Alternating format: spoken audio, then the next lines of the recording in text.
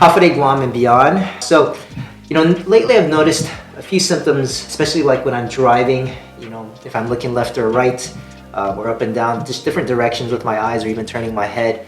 I kind of get a little bit almost on a motion sickness side or symptoms, and not quite a vertigo type of dizziness, but just a little bit lightheaded. And I've also noticed going on roller coasters and things like that are getting less and less tolerable. So, this is certainly going to be problematic, as one of my goals in life is to, play tennis till I'm 100 and achieve a world ranking in the senior tour. So me looking left and right and going up for a serve is going to be problematic if this is going to be an issue. So I wanted to tackle this head front and early and see if I could prevent a lot of these symptoms, as these tend to get chronically worse. So I approached Dr. Nicdao. He's a chiropractic that really specializes in the neurology side of things. So I felt he could help me. So part one of this series is going to be more the evaluation and kind of the concept and the theory about why this may be happening. And part two will be more about the treatment and some of the exercises that I'll be doing to help correct those things. So what brings you in today? Yeah, I noticed more and more, I feel like I have more progressive, what I'd say, describe it more like a motion sickness. If I'm going on, like amusement park rides, or I'm turning my head a lot, or just those kind of rides, I'm progressively getting more, I would say, motion sickness. Okay. And then what's concerning a little bit more is that I've noticed it seems to be creeping up even when I'm just driving. If I'm kind of looking behind me or moving my eyes, gazes left and right, I feel a little bit of kind of a slight nausea or that motion sickness. I've had an MRI maybe about 6 months ago, and there's no major masses, so thank goodness. So I don't think that's the reason.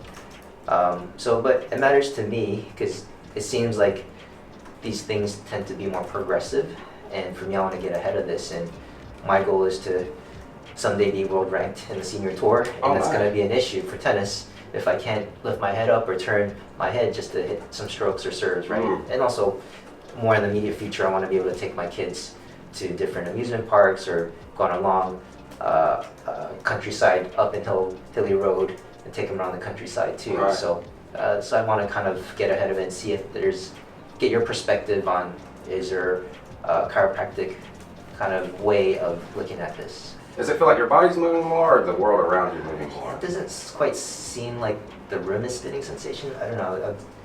I would describe like maybe more like a orthostatic kind of lightheadedness maybe sensation, where if I kind of, when you get up suddenly, you feel a little bit of kind of off balance, and maybe a slight nausea. Okay, and but you say you notice things when you turn your head in the car. Is that you feel like motion, or you feel that dizziness, lightheaded thing?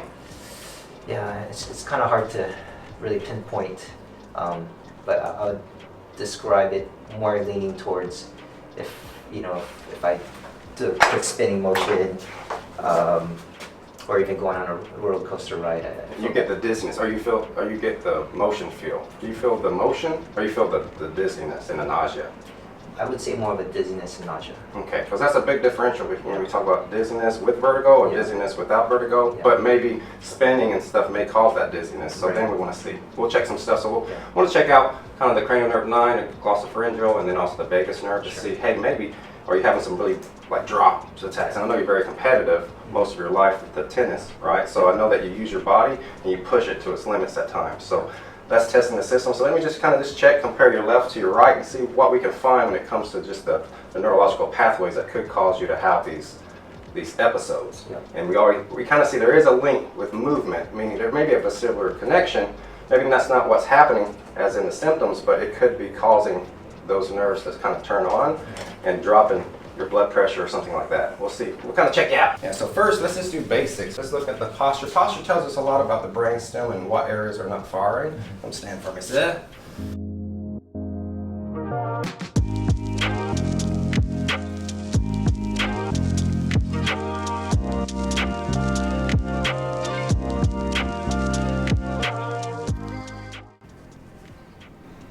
So we had Maggie to the right, I mean to the left. Did you get a symptom with that? I didn't like that one though. That way? Yeah. Your eyes got stuck. Positive how Maggie's to the left. The good thing is, so when I did that, Doc, we stimulate this cerebellum a lot, and your VRR reflex didn't kick in. Meaning, when we turn this on, you should have inhibited your eyes so they wouldn't get stuck, but it didn't. So it kind of matches because I want to stimulate here more to drive information to the left brain. But this side seems like it may be a little bit overactive because when we did the How Maggie's to the left, you didn't have that control. But when I went this way, you did pretty good.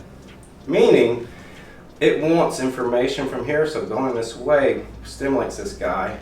Going this way stimulates this guy, but you didn't like that. But you do have a problem staring at a dot. So stare at a dot, it's going to see if your neck locks up and your spine locks up.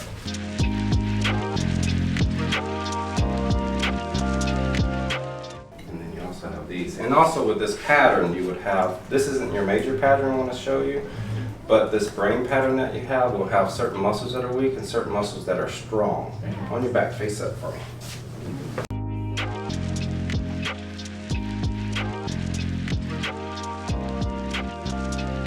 See, just basic muscle strength is kind of weakened because you're not getting that connection. Did you feel that weakness there? Yeah. Yeah, so we can do a lot of tests to kind of show that. But mainly what I see, we got to simulate this side of your body, drive your cerebellum. We got to do some gait stability exercises to decrease this cerebellum's